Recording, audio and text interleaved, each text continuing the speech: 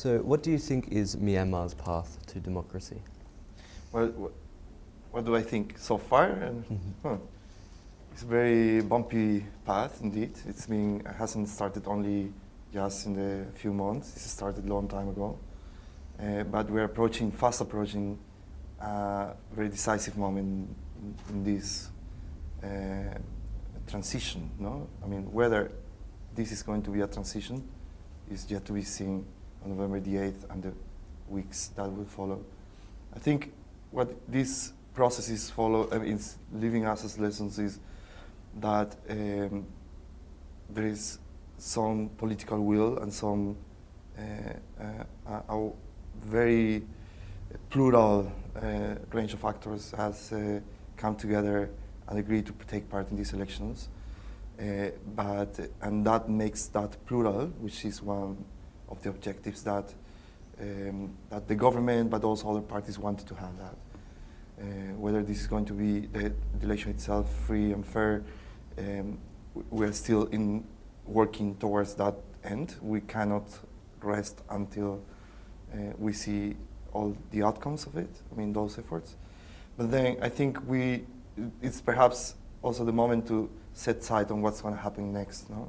I think these last months have left some lessons in terms of what the deficits of these transitions are, and what the areas of improvement for the future.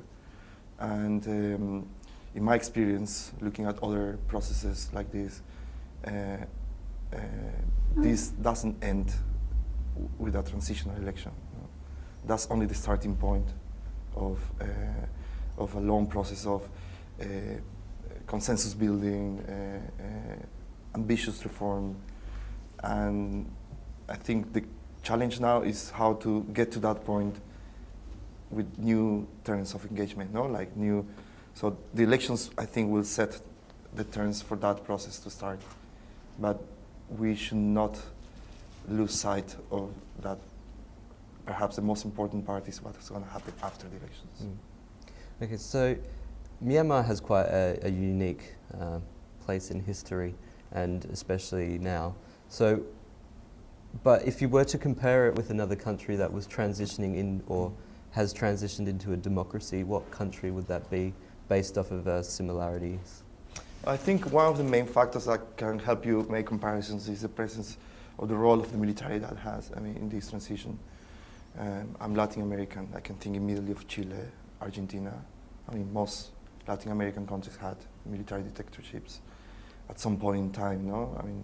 Towards the end of the 80s. But then, if you look closer to the neighborhood, Indonesia and others, and you see that change happens. It's just that doesn't happen soon. No?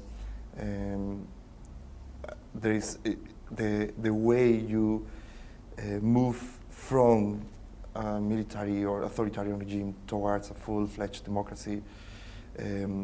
It's very, very complex. The very fact that in this country there is not only a military actor, a strong military actor involved in the decision making, but also other groups that contest the authority of the state, makes it even more complex. And perhaps I would say, from that point of view, with very few comparisons available. So I think what we're witnessing here in these weeks, and also if you think of the post-election period where we will all realize that there is a peace process ongoing with many actors that didn't take part in the election. I think that makes the process in general way more complex, but at the same time, if there is an opening and those issues are unresolved, perhaps that's an opportunity to settle those differences in a new environment, under new conditions in which each of these parties, different parties, be the military, the ethnic groups, the democratic opposition, will perhaps find a space in that. If this negotiation had happened years before, perhaps the terms of that engagement will be that beneficial as they may be in this new period. But it's yet to be seen. I think we are all doing the effort to, I represent an organization that provides technical support to the process. It's not political support. Of course, we support political actors, civil society actors, citizens themselves. But it's up to Myanmar people, the different groups within the country, to make their own choices. And I think, in my perspective, the role we have is to support them make their own choices on the way forward, not towards the past or to what they left behind, but more or less trying to think of what the way they want to shape their country for the future. So if you ask me to compare this to other countries, I would say that you can find similarities between, in the role of the military, internal conflict, peace negotiations, etc. But the only lesson I get from these other cases in which one or a few of these elements have been present is that it will take time. It won't be an overnight solution. We will not find an overnight solution just because we had an election that it was better than the elections in the past, and because there was some political will present. It will take some time and perhaps a few more years to overcome this. Okay. Is there enough international support and monitoring groups to ensure safety at the polling booth? I think what we are going to get is that in this new environment is that the first main development is that there are about 17 groups, domestic groups, doing electoral observation.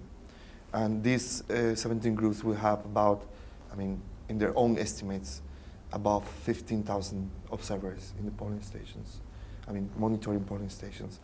If you consider that there are just 43,000 polling stations on election day, we will have a ratio of perhaps 3-1, which is, for international standards, perfectly fine, in terms of coverage, that we may ensure that a witness, independent witness with training and understanding of the rules, will have the opportunity to assess how polling day was conducted.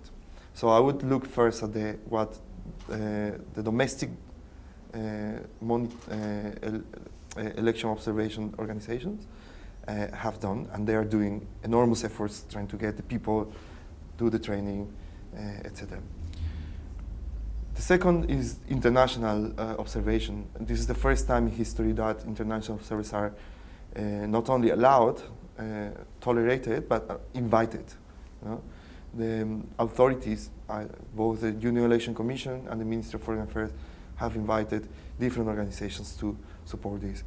We're expecting more or less 500 international observers in total, and they have very well-developed, solid methodologies to guarantee that they will cover different areas of the country and have an independent, evidence-based observation.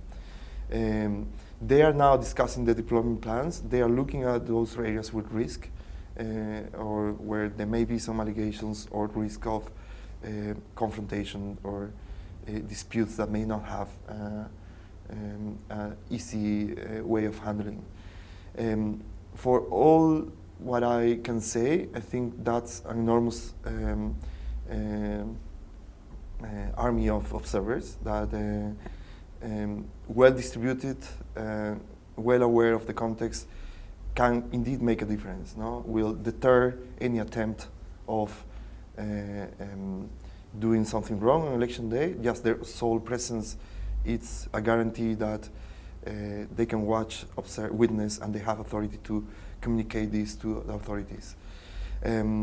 So I would say it's an election well served. And on top of that, I know that the Union Election Commission is inviting other commissions from the area and ASEAN EMVs, most of them with a lot of experience in accompanying elections, and other electoral management bodies from around the world.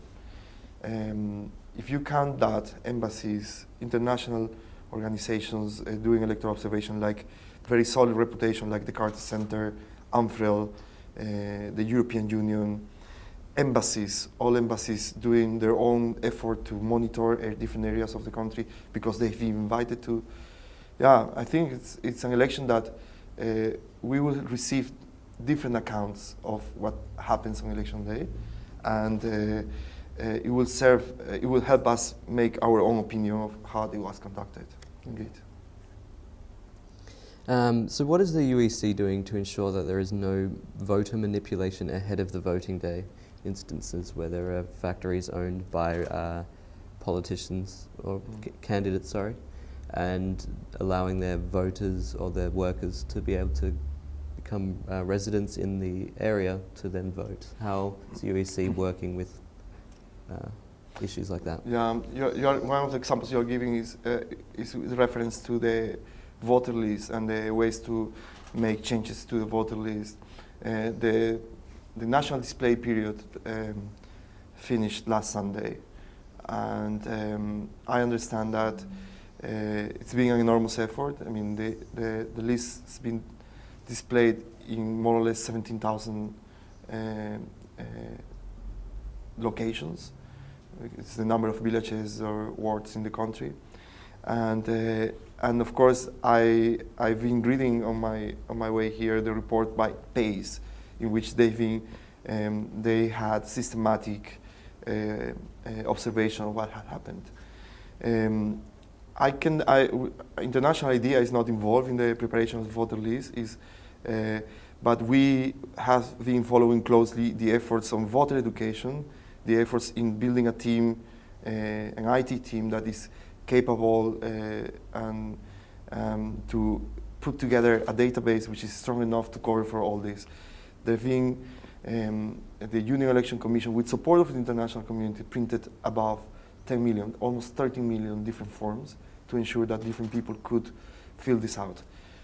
I think the efforts from the technical side have been made. Then the other part of the equation, which is equally important, is citizens getting involved. International IDEA has supported some efforts in calling people to check the list, through radio, 8 different languages, on national TV. I think, reading PACE's report, that still the attendance of the public to go and check the lists has been, low compared to all the efforts made to accommodate different things. But in spite of that, I understand that the database, as a result of this 14-day election period, has much improved. And we may be approaching, we're getting very close in terms of total number of voters included in the list. The estimations for people of 18 years or older, which is more or less the goal that we want to achieve, getting close to that. That's based on census, which is only indicative information because it's only a count of heads. The voter list is a much bigger effort because it doesn't only count people, it identifies each of them. So I understand also that there are bigger efforts to improve the quality of the list, and because we also need to put this in the context that the original source of the list is handwritten household lists and guest lists and other types of lists that were not systematically collected, not with the same safeguards that the voter list is being compiled now. It's going to be a very hectic period updating it, but I come from a country where, I'm from Peru, where the voter list in our own transitional election, the last of them, because we had many, was also objected on the same grounds. Not everyone is in there. There are dead people, risks of manipulation, impersonation, etc. We did all our best efforts to improve the quality of the list, but even today, that was in 2015, 15 years later, we still have some margin of errors because this is a list that only can only be updated post factum. Only after the moves have happened, you need to do this. I think the main lesson this is leaving us is that after this, perhaps one of the we've done a lot we have a lot of progress because we have for the first time in history a database with information of 33 million people. So that's an enormous achievement for the Union Election Commission and the citizens who have come and put their names in the list. But then that effort should not stop. No? I think with the issues of documentation, citizenship in this country, I think that major asset should be used for the best of the transition. No? And perhaps more focus should be put in having a list that is updated on a rolling basis, not only for each election. Okay, and what can the government do to ensure limited influence is conducted from other groups, for example, like the Mabata, from manipulating voters' decisions based on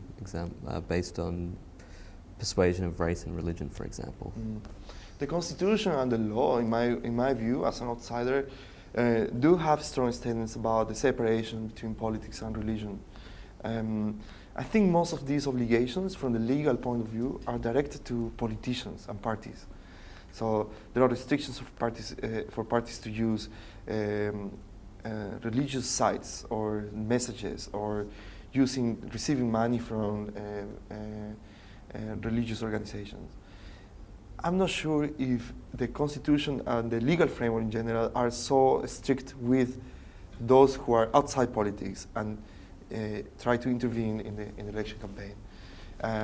I know a moment will come when the Union Election Commission will have to set their own position on that. But I think what we're seeing is that the parties are getting more protective of the space that corresponds to politics, no? Where only the separation from religion.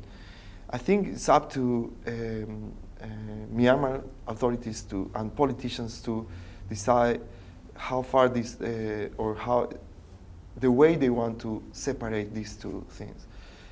Of course, in an election like this, where there are many other important things at stake, it is a pity that the attention gets diverted to other issues that are part of the identity of this country and will probably not change. No? But there are many other things that may change in this election, and not only the openness of the political system, but also the issues as important as how to get people out of poverty, provide employment, etc. I think some parties, what I can see and read from their use of state-owned media, they are trying to point at those issues. I haven't seen any politician or heard any politician referring to these issues of religion or race in their own campaigns. So I think this is happening outside the campaign, but it may be affecting the way the candidates are spreading their message. So hopefully, during the course of the campaign, not only these efforts or distractions cease, but also the parties themselves come together and make some statements to distinguish those things that belong to the private sphere of citizens to these other things that are about the public interest, no? That have to do with more, very important things as jobs, development, and political change in the country. Has this experience given much of a window as to what could happen within future voting experiences? Has the UEC learned enough from this experience to be able to improve themselves over the next 5 years, do you think? Yeah, I have to say that I've seen, in my short time in this country, of course, and from what I know from elections in the past, the level of professionalism of the UEC is improving steadily. And I think if this election is conducted in the same way it's been conducted so far, with perhaps some areas of improvement, of course, we may be witnessing an institution that can grow in the public confidence, no? And that's very important in that transition, to have some reference points, no? Institutions that people can trust and can put their confidence in the way forward. No? Who's going to lead the political reform next year? Of course, we're going to have some parties involved and pushing for that agenda. But it would be, I think the Union Election Commission is growing their capacity and confidence to bring to the table proposals that may be based in their own experience. Hopefully, the core team of the commissions and those commissioners at the local level that have proved commitment and dedication to the task are kept and use their experience in building a strong institution for the future. No? Okay, all right, thank you. Thank you so much.